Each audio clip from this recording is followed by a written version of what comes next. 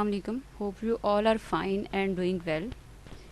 आज हम एक नए सब्जेक्ट का आगाज़ करेंगे जिसका नाम है पर्सनैलिटी। और इस सब्जेक्ट में हम पर्सनैलिटी की डेफिनेशन, पर्सनैलिटी रेलिवेंट जो जितनी भी उसके कंपोनेंट्स होंगे, थेरीज़ होंगे, जितने भी आइडियाज़ होंगे, व्यूज़ होंगे, उनको स्टडी करेंगे। तो फर्स्ट हम देखते हैं द नेचर ऑफ, जो फर्स्ट लेसन है उसमें हम देखते हैं the nature of personality theory. What sort of creatures we are, हम किस किस्म की मखलूक हैं, इसमें क्या हम किस टाइप में आ सकते हैं, किस सॉर्ट में आ सकते हैं, इसके ऊपर हम बात करेंगे। Even since the beginning of recorded history, जितनी भी पीछे हिस्ट्री की बात करें वहाँ पे बहुत सारे लोगों ने इसके ऊपर काम किया कि हमारे अंदर what sort of creatures are we. तो इसमें जब देखा गया बहुत सारे लोगों ने इसके ऊपर काफ़ी रिसर्चेस की, थेरिस्ट ने इसके ऊपर थेरीज बनाई, लेकिन स्टिल मतलब डिफरेंट कंसेप्ट इसके आए, बहुत ज़्यादा काम किया गया, yet a satisfactory answer still is not here. तो अभी तक हमें इसका कोई सेटिस्फैक्ट्री आंसर नहीं मालूम हुआ कि हम किस तरह के हैं, हमारे अंदर क्या क्या करेक्टरिस्टिक्स हो सकती हैं। तो अब हम नेक्स्ट मूव करते हैं इंडिविजुअल डिफरेंसेस के ऊपर। पूरी दुनिया में बात करें, सेवरल बिलियन पीपल्स हैं जो कि यहाँ पे रहते हैं पूरी दुनिया में, और इसमें यह है कि वो उनके अंदर इंडिविजुअल डिफरेंसेस हैं। वो इंडिविजुअल डिफरेंसेस किस तरह के हो सकते हैं, किसी की पर्सनैलिटी डिफरेंट है, पर्सनैलिटी ट्रेट्स डिफरेंट हैं, किसी के अंदर जो है उसकी हैबिट्स वो डिफरेंट होंगी, किसी का आईक्यू डिफरेंट होगा। इवन ये भी देखा गया है स्टडीज़ में कि जो आइडेंटिकल ट्विन्स हैं उनमें भी इंडिविजुअल डिफरेंसेस हैं, वो भी एक जैसे नहीं हैं। अब हम नेक्स्ट मूव करते हैं ऑब्जेक्टिव्स ऑफ पर्सनैलिटी साइकोलॉजी। इसमें देखते हैं The science of psychology is directly concerned with the problem of understanding human personality within the framework of science of psychology। तो जब हम इसकी बात करते हैं, ऑब्जेक्टिव्स की बात करते हैं, तो देखा गया है कि जो साइंस है साइकोलॉजी की, उसमें ह्यूमन की पर्सनैलिटी को अंडरस्टैंड करने की कोशिश की गई है, लेकिन वो किसके अंदर कोशिश की गई, साइंस के अंदर। अब हम देखते हैं साइंस में कैसे इसमें क्या किया गया कि scientifically based concept and methods of personality psychology will ultimately prove to be the most value in understanding the complex nature of human behaviour. तो उन जो मेथड्स थे, जो कंसेप्ट्स थे, उन्होंने बहुत ज़्यादा हेल्प की पर्सनैलिटी, वो करेंगे भी फ्यूचर में भी, कि हम जो कम्प्लेक्स नेचर ह्यूमन बिहेवियर की उसको समझने में हमारी हेल्प कर सकते हैं।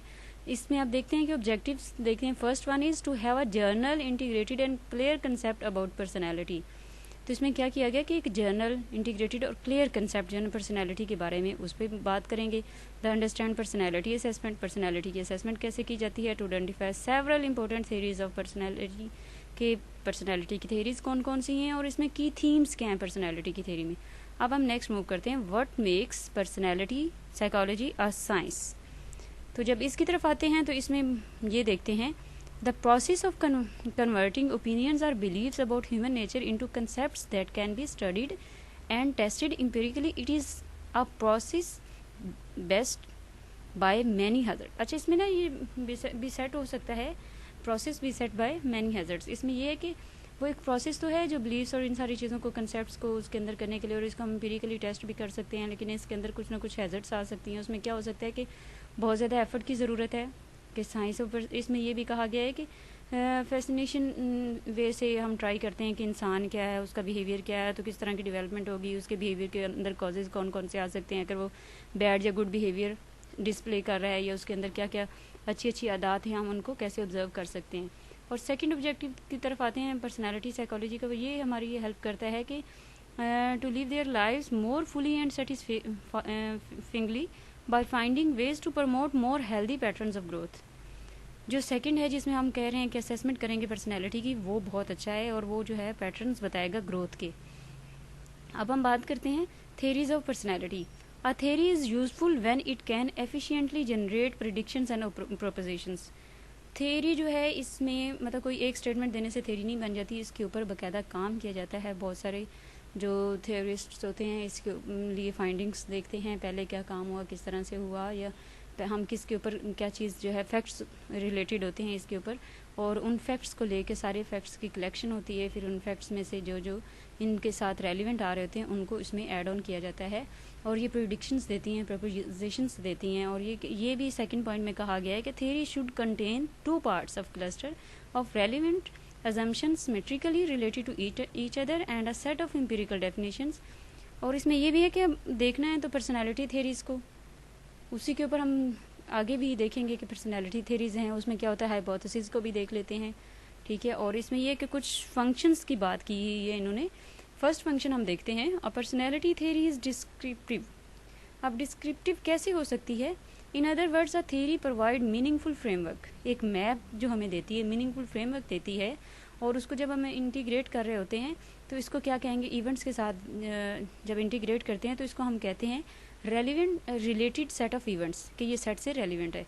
और इसमें ये एग्जांपल ये भी ले सकते हैं कि without the benefit of theory it would be very difficult to explain why 5 years old boy has a romantic attraction to his mother along with the, मतलब जो उसका एक फादर है, जो एक बच्चा होता है उसकी, ये सिगमंड फ्रॉइड ने बात की थी कि एक बच्चा जो है वो अपनी माँ के साथ अटैच होता है और बच्ची जो होती है वो अपने बाप के साथ अटैच होती है। तो ये बात हुई। तो इसमें ये है कि अगर हम थेरी को नहीं देखेंगे तो उसको बिना एक थेरी के हम ये नहीं कह सकते, क्योंकि थेरी तो प्रोवाइड की गई, उसकी बेस पे हम कह रहे हैं कि लड़का जो होता है उसको माँ के साथ अट्रैक्शन होती है और लड़की जो है उसको अपने बाप के साथ अट्रैक्शन होती है। ये उस सिगमंड फ्रॉइड ने बात की थी, तो इसको हम देखते हैं। और इसमें आगे ये भी कहा गया कि armed with a theory that possessed the universality of these emotions at a certain stage of personality development, लेकिन एक ये तो बात की गई थी कि सर्टन कुछ स्टेजेस होंगी, इमोशंस होते हैं जो कि यूनिवर्सल होते हैं, हाँ, but at least we would consistent in making sense of these feelings in children. बच्चों में होती हैं ये सारी फीलिंग्स, अट्रैक्शन होती है, लेकिन इस तरह से वो उसमें नहीं कह सकते। अ गुड पर्सनैलिटी थ्योरी ये कह सकती है provides a meaningful context with in which human behaviour can be consistently described and interpreted. इसमें यह है कि वो डिस्क्राइब भी करें, और एक मीनिंगफुल थ्योरी जो है, एक अच्छी पर्सनैलिटी थ्योरी यही हो सकती है कि वो बिहेवियर जो है ह्यूमन का उसको अच्छे से डिस्क्राइब करे और इसको इंटरप्रेट करे। सेकंड पॉइंट की तरफ मूव करते हैं। A theory should not only describe past and present events. ये पास्ट और प्रेजेंट के जो इवेंट्स हैं सिर्फ उन्हीं को ही डिस्क्राइब नहीं करती, but also predict future ones, जो फ्यूचर रेलिवेंट होते हैं उनको भी ये डिस्क्राइब कर रही होती है। The second function of personality theory is therefore to provide a basis for the prediction of events and outcomes that have not yet occurred. मतलब ये जो है फ्यूचर के भी बारे में बताती है, हमें बेसिस प्रोवाइड करती है इवेंट्स के बारे में। और नेक्स्ट देखते हैं third point. This purpose clearly implies that a theory's concept must be established and must be testable and capable of being confirmed or disconfirmed. तो ये जो जितने भी थेरीज के जो पर्पज़ है वो क्लियरली होना चाहिए और उसके कंसेप्ट जो हैं वो टेस्टेबल होने चाहिए, ठीक है। कंफर्म भी हो सकते हैं, डिसकन्फर्म भी हो सकते हैं, ज़रूरी नहीं कि आप जो भी थेरी है उसको टेस्ट किया तो उसको डिसकन्फर्म नहीं कर सकते, हो सकती है वो भी। For example, a theory should furnish a basis for the predicting specific changes in rapid behaviours as a function of the parental treatment. मतलब उसमें एक तो बात की हम लोगों ने कि ये फ्यूचर से रेलिवेंट होती है, दूसरा ये बात की कि ये टेस्टेबल होगी, तो उससे हमें पता चलेगा कि कंफर्म कर रही है, डिसकन्फर्म कर रही है। तो ये अगर ये हम थेरी की बात करेंगे तो वो थेरी हमें बेसिस प्रोवाइड करेगी ना कि एक ख़ास किस्म के बिहेवियर के बारे में।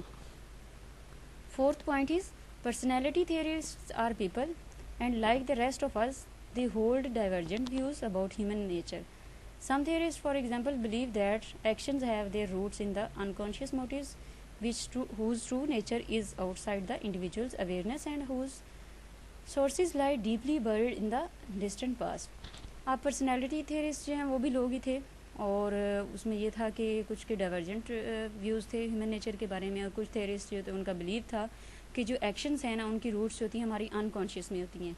अनकॉन्शियस के ऊपर किसी ने कहा कि ये बहुत इंपॉर्टेंट है, इसकी ही हमारी लाइफ में, फ्यूचर लाइफ में, प्रेजेंट में बहुत ज़्यादा रोल है, और इसके बेस पे हम काफ़ी सारी चीज़ों को स्टडी कर सकते हैं। आगे हम नेक्स्ट बात भी करेंगे कि अनकॉन्शियस पे किसने बात की, कौन से साइकोलॉजिस्ट थे, किन ने इसके ऊपर काम किया। अब हम देखते हैं कि ये जो सारी रूट्स हैं वहाँ पे मिल जाती हैं, डीपली उसके अंदर हैं, पास्ट रेलिवेंट होती हैं। Otherwise believe that people are reasonably aware of this their real motives and their behaviour is primarily a result of present conditions. अब इसमें देखते हैं कि कुछ जो उन लोगों का बिलीव था कि लोग जो हैं अपने मोटिव्स के साथ अवेयर होते हैं, और ये क्या होता है, ये किस तरह से अवेयर हो सकते हैं कि उन्हें अपने प्रेजेंट कंडीशंस का पता हो। तब who we can evaluate personality theories. हम पर्सनैलिटी थेरीज को कैसे इवेलुएट कर सकते हैं?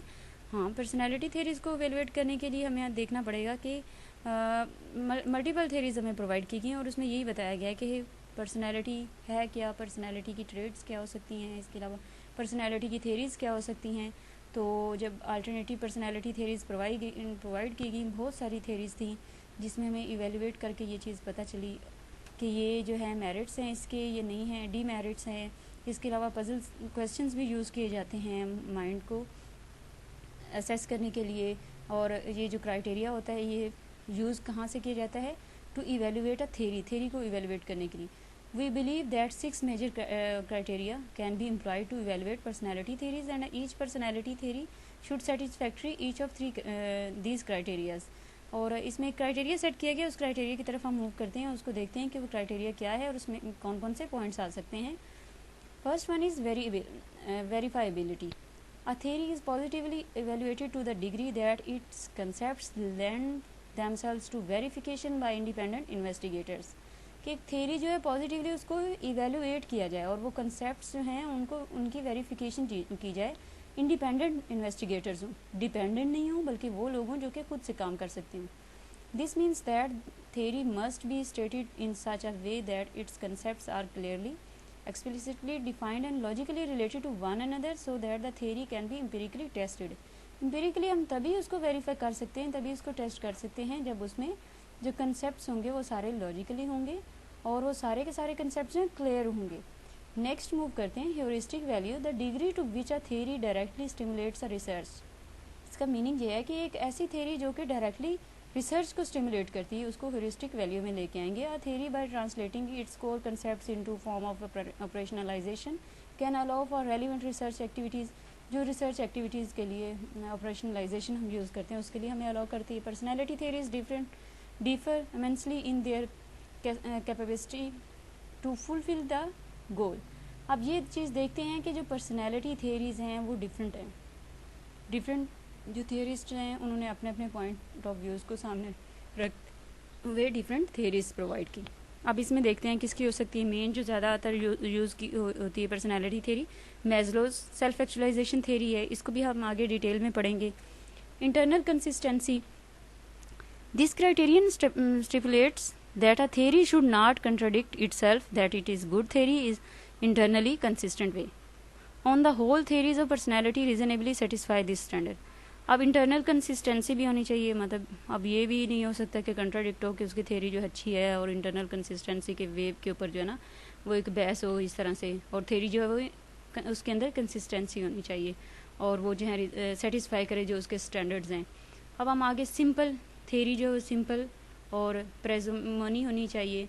इसमें हम ये देख सकते हैं कि थ्योरी में also be judged on the basis of number of concepts it's required to explain events within the domains. जो भी इसकी डोमेन है, जो भी इसके कंसेप्ट्स हैं वो सारे के सारे जो है मतलब एक्सप्लेन किए जाएं, वो सारे इवेंट्स जो हैं उसके डोमेन के अंदर जितनी भी चीज़ें हैं वो सारे जो हैं हम उनको जज कर सकें। किस तरह से जज कर सकते हैं कि उसमें बहुत सारे कंसेप्ट्स जो हैं वो उसकी बेस पे मौजूद होने चाहिए जिसकी बेस पे हम समझा सकते हैं, वजाहत कर सकते हैं कि ये डोमेन जो है इन इवेंट से रेलिवेंट है। द लॉ ऑफ ये जो है parsimony states that the preferred explanations is the one which demands the fewest number of concepts.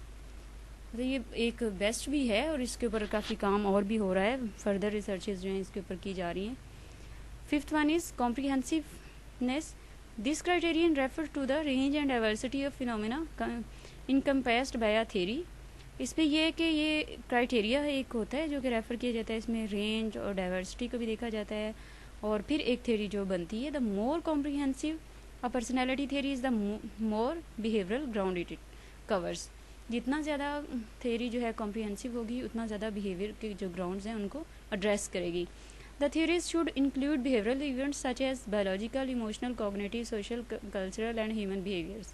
ये behavioral events जो होते हैं ये biological भी हो सकते हैं, हमारे जीन से रेलिवेंट भी हो सकते हैं, हमारे इमोशन से रेलिवेंट, हमारी कॉग्निशन से रेलिवेंट, हमारे बिहेवियर से रेलिवेंट और कल्चर से रेलिवेंट। और कल्चर की बात करें तो कल्चर की डेफिनेशन ये है कि man made part of environment is culture.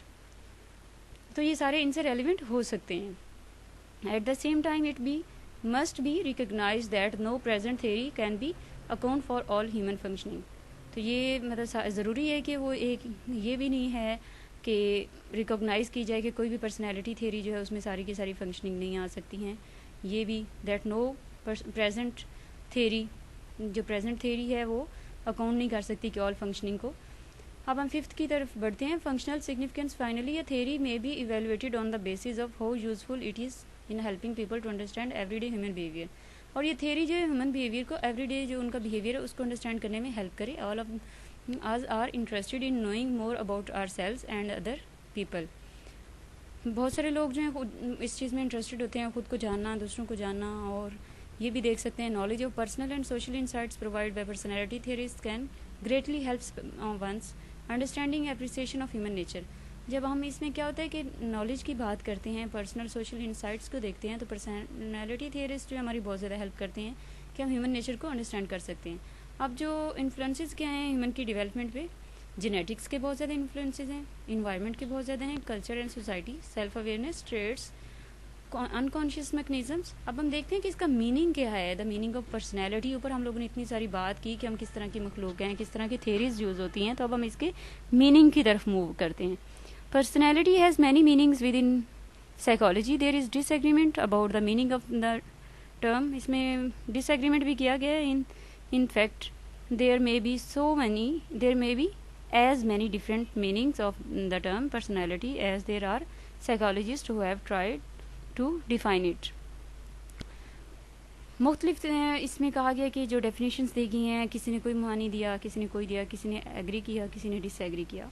We often hear remarks that some people have a pleasing personality while others have a charming and fascinating personality. हम अक्सर सुनते हैं कि फ़लाँ की पर्सनैलिटी बड़ी प्लेजिंग है, कुछ चार्मिंग पर्सनैलिटी है उसकी। Some political leaders have charismatic personality while others have repulsive and annoying personality. तो ये सारी चीज़ें पर्सनैलिटी के अंदर आ जाती हैं। अब हम देखते हैं कि पर्सनैलिटी है क्या। Personality refers to characteristic ways a person behaves and thinks. वो वेज जिसमें एक बंदा बिहेव कर रहा होता है, सोच रहा होता है, उसको पर्सनैलिटी की करेक्टरिस्टिक मतलब ऐसे वेज होते हैं जिसमें इसको रेफर किया जाता है कि ये करेक्टरिस्टिक है। So personality refers to the overall impressions. Overall impression को भी कह सकते हैं that an individual makes on others, जो दूसरों के ऊपर वो इम्प्रेशन बनाता है। टोटल सम भी कह सकते हैं इसको, जो उसकी करेक्टरिस्टिक्स होती हैं, ये सारी चीज़ें। अच्छा, अब हम देखते हैं कि ऑब्जर्वेबल और सोशल सेटिंग में जब बात करते हैं तो हम ये भी कहते हैं कि ए इज़ शाय एंड टिम्ड एक बंदा है। Be is sensitive and gets upset easily, फलां बंदा जो है बड़े ईजिली अपसेट हो जाता है। सी जो है सस्पिशियस है, फ्रेंड्स हैं, इसके बहुत सारे फ्रेंड्स हैं और फैमिली भी है। डी जो है कॉन्फिडेंट है और सक्सेसफुल है। The word personality in English is drive from the Latin persona. Persona से ये ड्राइव किया गया और इसमें ये देखा गया कि it makes one by theatrical players in ancient Greek dramas. Term came to encompass the actors roles as well. जब एक ड्रामा होता है उसमें क्या होता है कि एक्टर जो रोल प्ले कर रहे होते हैं उसको पर्सनैलिटी का नाम दिया गया। Thus personality is the public personality that plays display that people display to those around them. ये एक मतलब पर्सनैलिटी जो है पब्लिक भी कह सकते हैं, पब्लिक पर्सनैलिटी है जिसमें दूसरे लोग देख रहे होते हैं, इर्द गिर्द के जो होते हैं। और इसमें ये भी है कि ये अब हम देख सकते हैं कि ले पर्सन जो है जो आपसे मिल रहा है, आपसे बात कर रहा है, उसकी फ़िज़िकल अट्रैक्टिवनेस किस तरह की है, सोशल डिज़ायरेबल करैक्टरिस्टिक्स किस तरह की। पर्सनैलिटी थेरीज़ जो हैं वो एक सिग्निफिकेंट रोल प्ले करती हैं इसकी अंडरस्टैंडिंग में कि पर्सनैलिटी जो है क्या। अब हम आगे देखते हैं कि इस पर्सनैलिटी को हम कैसे डिफ़ाइन। कोई भी ऐसी डेफिनेशन नहीं है जिसको बहुत ज़्यादा एक्सेप्ट किया गया और कहा गया कि यही डेफिनेशन जो है बेस्ट वन है। मतलब डिफरेंट डेफिनेशन जो हैं डिफरेंट साइकोलॉजिस्ट ने दी और उन्होंने कहा कि ये इसकी जो उनसे आगे आए किसी ने एग्री किया किसी पॉइंट के ऊपर, किसी एक कंपोनेंट के ऊपर, किसी ने दो तीन कंपोनेंट जो थे डेफिनेशन के उनके ऊपर डिसएग्री किया, तो फिर और नई डेफिनेशन बनाएगी। One's definition of personality depends upon one's theory of personality. Personality theories can be evaluated 6 terms. जो हम लोगों ने ऊपर टर्म्स पढ़ी थी 6 वो क्राइटेरिया जो देखा था उसमें क्या था, वेरिएबिलिटी थी, heuristic value, internal consistency, parsimony, comprehensiveness and functional significance. और ये सारी चीज़ें जो कह रहे हैं कि अगर एक थेरी एक डेफिनेशन के अंदर होंगी तो फिर अच्छी कंसीडर की जाएगी। The emergence and development of personality field is firmly rooted in the historical factors that have shaped modern psychology. 4 major historical factors हैं, उनको देख लेते हैं। European clinical medicine, psychometrics, behaviourism, gestalt psychology, ये 4 हैं जिनके ऊपर बहुत ज़्यादा काम हुआ। और अभी हम फर्दर जो है नेक्स्ट इसको डिटेल में भी पढ़ेंगे कि ये कौन कौन सी हैं और किस किस तरह से की गई हैं इनके ऊपर। फर्स्ट हम देख लेते हैं कि एक साइकोमेट्रिक्स की जो बात हुई है, साइकोलॉजिकल मेजरमेंट की बात हुई है, इसकी significantly help to make a science of psychology. इसने साइकोलॉजी को साइंस बनाने में बहुत ज़्यादा इंपॉर्टेंट रोल प्ले किया और इसकी बहुत ज़्यादा वर्थ है और बहुत ज़्यादा इंपॉर्टेंस जो है कंसीडर की जाती है हर फील्ड में। और मतलब बहुत सारी चीज़ें जो हैं, अब हम देखें साइकोमेट्रिक्स की वजह से it was not possible even conceivable to measure concepts aspects of human psychological functioning, intelligence, aptitudes, interest, motives, personality traits. ये पहले इस तरह से नहीं था, लेकिन अब फिर भी इसको कंसीडर किया जा रहा है, पहले इस तरह से नहीं थी ये बात। Know with in certain limitation such measurements can be obtained. When the psychological testing was introduced, the field of personality requires potential for quantification and measurement of its concepts. In belief, psychometrics made possible meaningful research in personality.